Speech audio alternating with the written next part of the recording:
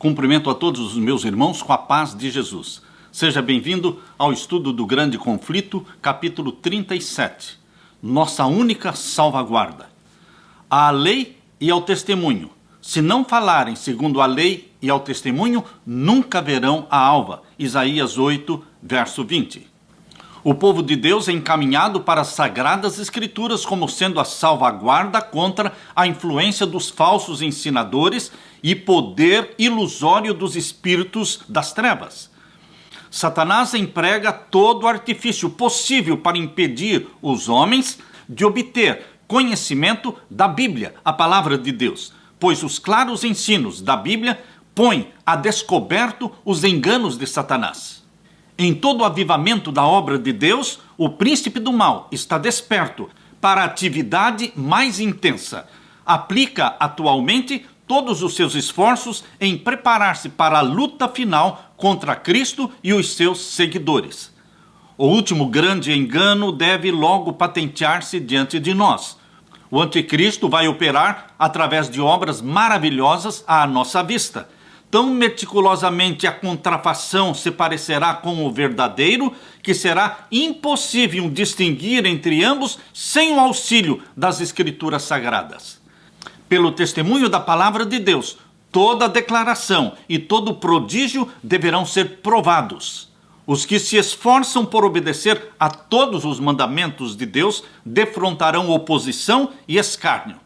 Apenas em Deus ser-lhes-á possível subsistir. A fim de suportarem a prova que diante deles está, eles devem compreender a vontade de Deus como se acha revelada em sua palavra, a Santa Bíblia.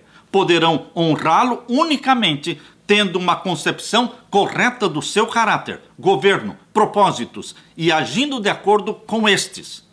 Pessoa alguma, a não ser os que fortalecem o espírito com as verdades da Bíblia, poderá subsistir no último grande conflito. A todas as almas virá esta inquiridora prova. Obedecerei a Deus de preferência aos homens? A hora decisiva está mesmo agora às portas.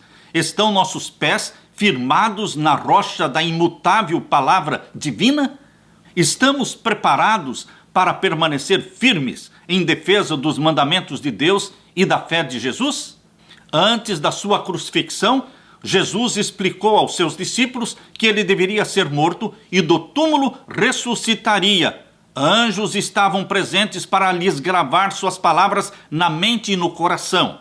Mas os discípulos aguardavam livramento temporal do jugo romano e não podiam tolerar a ideia de que aquele Jesus Cristo Salvador, em quem se centralizavam todas as suas esperanças, devesse sofrer uma morte ignominiosa.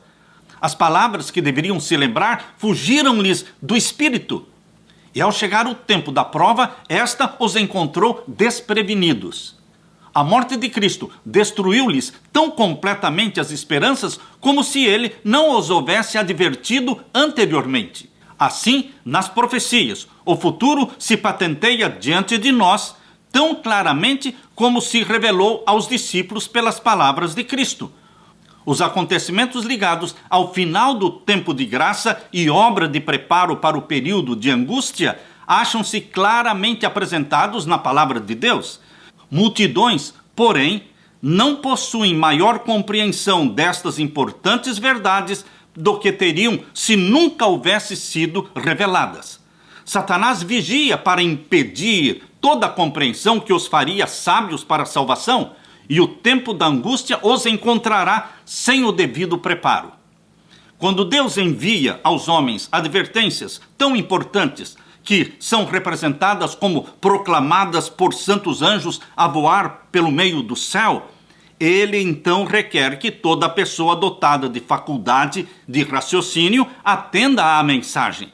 Os terríveis juízos pronunciados contra o culto à besta e à sua imagem, em Apocalipse 14, 9 a 11, deveriam levar a todos a diligente estudo das profecias para aprenderem o que é o sinal da besta e como devem evitar recebê-lo. As massas populares, porém, cerram os ouvidos à verdade, volvendo para as fábulas. olhando para os últimos dias, declarou o apóstolo Paulo, virá tempo em que não suportarão a sã doutrina, 2 Timóteo 4:3. Chegamos já a esse tempo. As multidões rejeitam a verdade das Sagradas Escrituras por ser ela contrária aos desejos do coração pecaminoso e amante do mundo. E Satanás lhes proporciona os enganos que amam. Mas Deus terá sobre a terra um povo que mantenha a Bíblia e a Bíblia só como norma de todas as doutrinas e base de todas as reformas. As opiniões de homens ilustrados, as deduções da ciência, os credos ou decisões dos concílios eclesiásticos, tão numerosos e tão discordantes como são as igrejas que representam a voz da maioria, nenhuma destas coisas, nem todas em conjunto, deveriam considerar-se como prova em favor ou contra qualquer ponto da fé religiosa. Antes de aceitar qualquer doutrina ou preceito, devemos pedir em seu apoio um claro "assim diz o Senhor". Satanás se esforça constantemente por atrair a atenção para o homem, em lugar de atrair a atenção para Deus. Satanás induz o povo a olhar para os bispos, para os pastores, para os professores de teologia como seus guias, em vez de examinarem as Escrituras, a fim de que, por si mesmos, aprendam o seu dever. Então, dominando o espírito desses dirigentes, pode Satanás influenciar as multidões a seu bel prazer. Quando Cristo veio para falar as palavras da vida, o povo comum ouvia alegremente, e muitos, mesmo dos sacerdotes e príncipes, creram em Jesus. Mas os principais dos sacerdotes e os primeiros homens da nação estavam decididos a condenar e repudiar-lhe os ensinos. Fossem, embora frustrados todos os seus esforços para encontrar acusações contra Jesus, e sem mesmo poder fugir à influência do poder e sabedoria divinos que acompanhavam as palavras de Jesus, encerraram-se, todavia, no preconceito. Rejeitaram a mais clara evidência do seu caráter messiânico, receosos de que fossem constrangidos a se tornarem seus discípulos. Estes oponentes de Jesus eram homens que o povo, desde a infância, fora ensinado a reverenciar, a cuja autoridade se havia acostumado implicitamente a curvar-se. Como é, perguntavam, que nossos príncipes e doutores e escribas não creem em Jesus? Não creriam nele, estes homens pios, se ele fosse o verdadeiro Cristo? Foi a influência destes ensinadores que levou a nação judaica a rejeitar o Redentor. O espírito que atuava naqueles sacerdotes, naqueles príncipes, é ainda manifesto por muitos que fazem alta profissão de piedade. Recusam-se a examinar o testemunho das Escrituras concernente às verdades especiais para este tempo. Apontam para o seu número, riqueza e popularidade e olham com desdém os defensores da verdade, sendo estes poucos, pobres e impopulares, tendo uma fé que os separa do mundo. Cristo previu que a indébita assunção da autoridade a que se entregavam os fariseus e escribas não cessaria com a dispersão dos judeus. Com o olhar profético, Jesus viu a obra de exaltação da autoridade humana com o fim de reger a consciência, a qual tem sido para a igreja uma terrível maldição em todos os tempos. Em suas tremendas acusações aos escribas e fariseus, bem como as advertências ao povo para que não seguissem aqueles guias cegos, foram registradas como aviso às gerações futuras. A Igreja Romana reserva ao clero o direito de interpretar as Escrituras, sob o fundamento de que unicamente os eclesiásticos são competentes para explicar a palavra de Deus. A palavra está sendo vedada e proibida para o povo comum. Conquanto a reforma fizesse acessível a Bíblia a todos os povos, o mesmíssimo espírito que Roma manteve impede também as multidões nas igrejas protestantes de examinarem a Bíblia por si mesmos. São instruídos a aceitar os seus ensinos conforme são interpretados pela igreja. E há milhares que não ousam receber coisa alguma contrária ao seu credo ou ao ensino adotado por sua igreja, por mais claro que esteja revelado nas Escrituras Sagradas. Apesar de achar-se a Bíblia cheia de advertências contra os falsos ensinadores, muitos há que estão prontos a confiar no clero, nos pastores, a guarda da sua alma. Existem hoje milhares de pessoas que professam ser religiosas e, no entanto, não podem dar outra razão para os pontos da sua fé, a não ser o haverem sido assim instruídas por seus dirigentes espirituais. Passam pelos ensinos do Salvador quase sem os notar e depositam implícita confiança nas palavras dos pastores. São, porém, infalíveis os pastores? Não, não são infalíveis. Como poderemos confiar a nossa alma à sua guia, a menos que saibamos pela palavra de Deus que são portadores de luz? A falta de coragem moral para sair da trilha batida do mundo leva muitos a seguirem as pegadas de homens ilustrados e, pela relutância em examinarem por si mesmos a Bíblia, estão se tornando desesperançadamente presos nas cadeias do erro. Veem que a verdade para este tempo é claramente apresentada na Bíblia e sentem o poder do Espírito Santo acompanhando sua proclamação. Permitem, porém, que a oposição do clero, dos pastores, os desvie da luz. Embora a razão e a consciência estejam convencidas, estas almas iludidas não ousam pensar diferente do ministro. E seu discernimento individual, os interesses eternos, são sacrificados à incredulidade, ao orgulho e ao preconceito de outrem. Muitos são os meios por que Satanás opera pela influência humana a fim de enlaçar os seus cativos.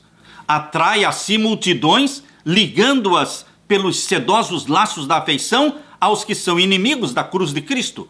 Seja qual for esta ligação, paternal, filial, conjugal ou social, o efeito é o mesmo. Os inimigos da verdade exercem sua força no sentido de reger a consciência, e as almas postas sob o seu domínio não têm coragem ou independência suficientes para obedecer às suas próprias convicções do dever. A verdade e a glória de Deus são inseparáveis. É-nos impossível, com a Bíblia ao nosso alcance, honrar a Deus com opiniões errôneas. Muitos alegam que não importa o que alguém creia, se tão somente sua vida for correta. Mas a vida é moldada pela fé. Se a luz e a verdade estão ao nosso alcance e negligenciamos aproveitar o privilégio de ouvir e vê-las, virtualmente as rejeitaremos. Estamos a escolher as trevas em vez da luz. Há caminhos que para o homem parecem caminhos direitos, mas o fim deles são caminhos de morte. Provérbios 16, 25. A ignorância não é desculpa para o erro ou para o pecado, quando há toda oportunidade para se conhecer a vontade de Deus. Um homem está a viajar e chega a um lugar em que há várias estradas e uma tabuleta indicando aonde cada uma delas vai levar. Se desatender à indicação da tabuleta, tomando qualquer caminho que lhe pareça direito, poderá ser muito sincero, mas vai se encontrar com toda a probabilidade no caminho errado. Deus nos deu a sua palavra para que pudéssemos familiarizar-nos com os seus ensinos e saber por nós mesmos o que ele de nós requer. Quando o doutor veio a Jesus com a pergunta: "Que farei para herdar a vida eterna?", o Salvador lhe fez referência às Escrituras, dizendo: "Que está escrito na lei?" Ou "Como lês?" A ignorância não desculpará jovens ou velhos, nem os livrará do castigo devido pela transgressão da lei de Deus, pois tem ao alcance uma exposição fiel daquela lei e de seus ensinos e dos seus princípios. Não basta termos boas intenções, não basta fazermos o que se julga ser direito, não basta fazer aquilo que o pastor diz que é correto. A salvação da nossa alma está em jogo e devemos examinar as Escrituras Sagradas por nós mesmos. Por mais fortes que possam ser nossas convicções, por maior confiança que tenhamos de que o pastor sabe o que é a verdade, não seja este o nosso fundamento. Temos um mapa, que é a Bíblia, com todas as indicações do caminho, na jornada, na direção para o céu, e não devemos estar a conjecturar a respeito de coisa alguma. O primeiro e mais elevado dever de todo ser racional é aprender da Bíblia o que é a verdade e então andar na luz, animando outros a lhe seguirem o exemplo. Devemos dia a dia estudar a Bíblia diligentemente, ponderando todo o pensamento e comparando passagem com passagem.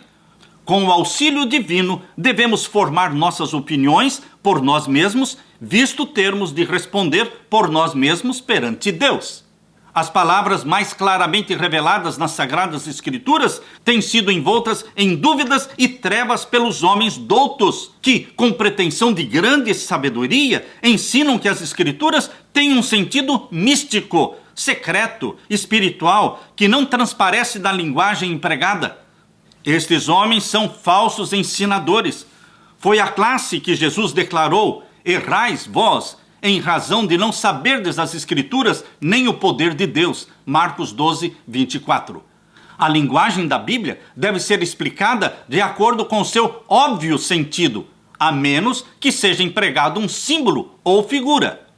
Cristo fez a promessa: se alguém quiser fazer a vontade de Deus, pela mesma doutrina conhecerá que ela é de Deus. João 7, 17. Se os homens tão somente tomassem a Bíblia como é, e não houvesse falsos ensinadores para transviar e confundir-lhes a mente, realizar-se-ia uma obra que alegraria os anjos e que traria para o redil de Cristo milhares de milhares que ora se acham a vaguear no erro. Cumpre-nos exercer todas as faculdades do Espírito no estudo das Escrituras Sagradas e aplicar o intelecto em compreender as profundas coisas de Deus, tanto quanto possam fazer os mortais. Não devemos, contudo, nos esquecer de que a docilidade e a submissão da criança é o verdadeiro espírito do aprendiz. As dificuldades encontradas nas Escrituras jamais podem ser dominadas pelos mesmos métodos que se empregam em se tratando de problemas filosóficos. Não nos devemos empenhar no estudo da Bíblia com aquela confiança em nós mesmos, mas sim com devota dependência de Deus e sincero desejo de saber a vontade de Deus. Cheguemo-nos com um espírito humilde e dócil para obter o conhecimento do grande Eu Sou. De outro modo, anjos maus vão nos cegar a mente, endurecendo-nos o coração para que não sejamos impressionados pela verdade. Muitas porções das Escrituras que homens doutos declaram ser mistério ou que não consideram como tendo importância estão repletas de conforto, repletas de instrução para aquele que aprender na escola de Cristo. Um dos motivos por que muitos teólogos não têm compreensão mais clara da palavra de Deus é o cerrarem os olhos às verdades que não desejam praticar. O compreender as verdades bíblicas não depende tanto do vigor do intelecto, posto à pesquisa, como da singeleza de propósito do fervoroso anelo pela justiça. Nunca se deve estudar a Bíblia sem oração. Somente o Espírito Santo pode nos fazer compreender as coisas fáceis da Bíblia, ou impedir-nos de torcer verdades difíceis de serem entendidas. É o trabalho dos anjos celestiais preparar o coração para de tal maneira compreender a palavra de Deus que fiquemos encantados com a sua beleza, admoestados com as suas advertências ou animados e fortalecidos por suas promessas. Façamos nossa a petição do salmista que disse: desvenda os meus olhos para que eu veja as maravilhas da tua lei. Salmo 119, 18. As tentações muitas vezes parecem irresistíveis. Por quê? Pela negligência da oração, pela negligência do estudo da Bíblia, o que é tentado não pode facilmente lembrar-se das promessas de Deus e enfrentar Satanás com as armas das Escrituras, como Jesus fazia, está escrito. Anjos, porém, acham-se em redor dos que estão desejosos de serem ensinados nas coisas divinas, e no tempo de grande necessidade lhes trarão à lembrança as mesmas verdades de que necessitam. Assim, Vindo o inimigo como uma corrente de águas, o Espírito do Senhor arvorará contra ele a sua bandeira. Isaías 59, 19. Jesus prometeu aos seus discípulos: aquele Consolador, o Espírito Santo, que o Pai enviará em meu nome, esse vos ensinará todas as coisas e vos fará lembrar de tudo o que vos tenho dito. João 14, 26. Mas os ensinos de Cristo devem previamente ser armazenados na memória, a fim de que o Espírito Santo de Deus nos traga à lembrança no tempo de perigo. Escondi a tua palavra no meu coração, para não pecar contra ti. Salmos 119, 11. Todos os que dão valor aos seus interesses eternos devem estar de sobreaviso contra as incursões do ceticismo. Os próprios fundamentos da verdade serão assaltados por Satanás.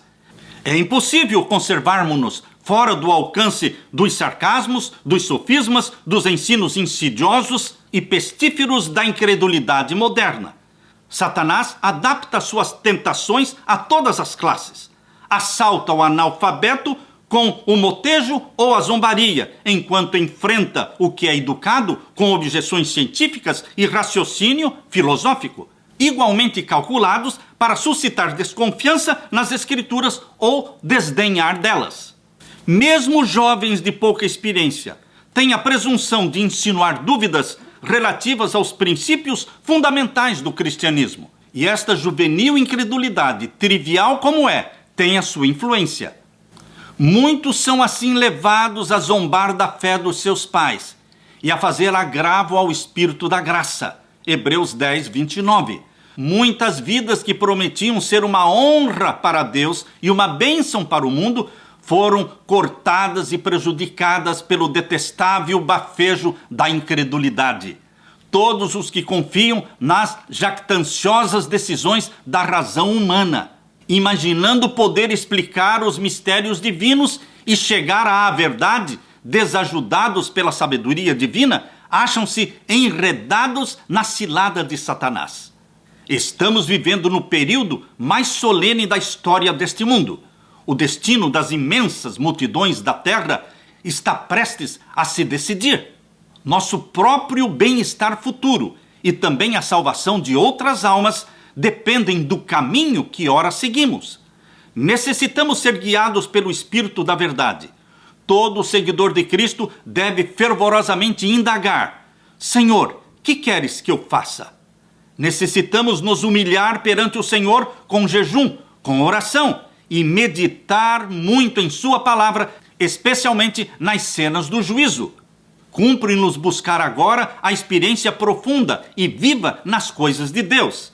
Não temos um momento a perder. Acontecimentos de importância vital estão a ocorrer ao nosso redor. Estamos no terreno encantado de Satanás. Não durmamos, sentinelas de Deus. O adversário está perto de emboscada, pronto para qualquer momento, caso nos tornemos negligentes e sonolentos, saltar sobre nós e nos fazer presas suas. Muitos estão enganados quanto à sua verdadeira condição perante Deus. Congratulam-se pelos maus atos que não cometem e esquecem-se de enumerar as obras e nobres ações que Deus exige deles, mas que negligenciaram cumprir.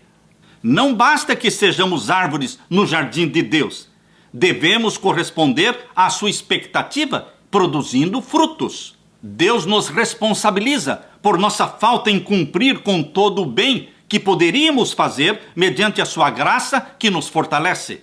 Nos livros do céu, acharam-se entre eles registrados como estando a ocupar debalde o terreno.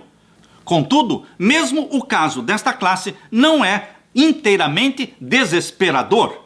Em prol daqueles que têm tomado em pouca consideração a misericórdia de Deus, desprezando sua graça, o coração do longânimo Deus ainda pleiteia, pelo que diz: desperta tu que dormes, levanta-te dentre os mortos e Cristo te esclarecerá. Portanto, vede prudentemente como andais, remindo o tempo, porquanto os dias são maus. Efésios 5, 14 a 16. Quando o tempo de prova vier, revelar-se-ão os que fizeram da palavra de Deus sua regra de vida. No verão, nenhuma diferença se nota entre os ciprestes e as outras árvores. Mas, ao soprarem as rajadas do inverno, aqueles ciprestes permanecem inalteráveis, enquanto que as árvores perdem as folhagens. Assim, aquele que com o coração falso professa a religião, pode ser que agora não se diferencie do cristão verdadeiro. Porém, está justamente diante de nós o tempo em que a diferença aparecerá. Levante-se a oposição e de novo exerçam domínio o fanatismo e a intolerância.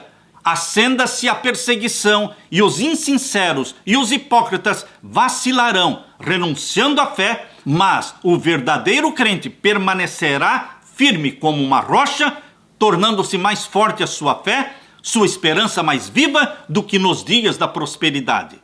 Diz o salmista: medito nos teus testemunhos, pelos teus mandamentos alcancei entendimento, pelo que aborreço todo falso caminho. Salmo 119, 99 e 104. Bem-aventurado é o homem que acha sabedoria, será como a árvore plantada junto às águas, que estende as suas raízes para o ribeiro e não receia quando vem o calor, mas a sua folhagem fica verde e no ano de sequidão não se afadiga nem deixa de dar fruto. Provérbios 3:13, Jeremias 17, verso 8. Não seja você, meu querido irmão, um mero refletor do pensamento dos outros. Estude a Bíblia por si mesmo, com os teus próprios olhos, leia a palavra de Deus. Não entregue a salvação da sua alma nas mãos de nenhum pastor, de nenhum ministro. Estude a Bíblia por si mesmo e o Espírito Santo o iluminará para a glória de Deus. Deus derrame sobre você o Espírito Santo. Amém.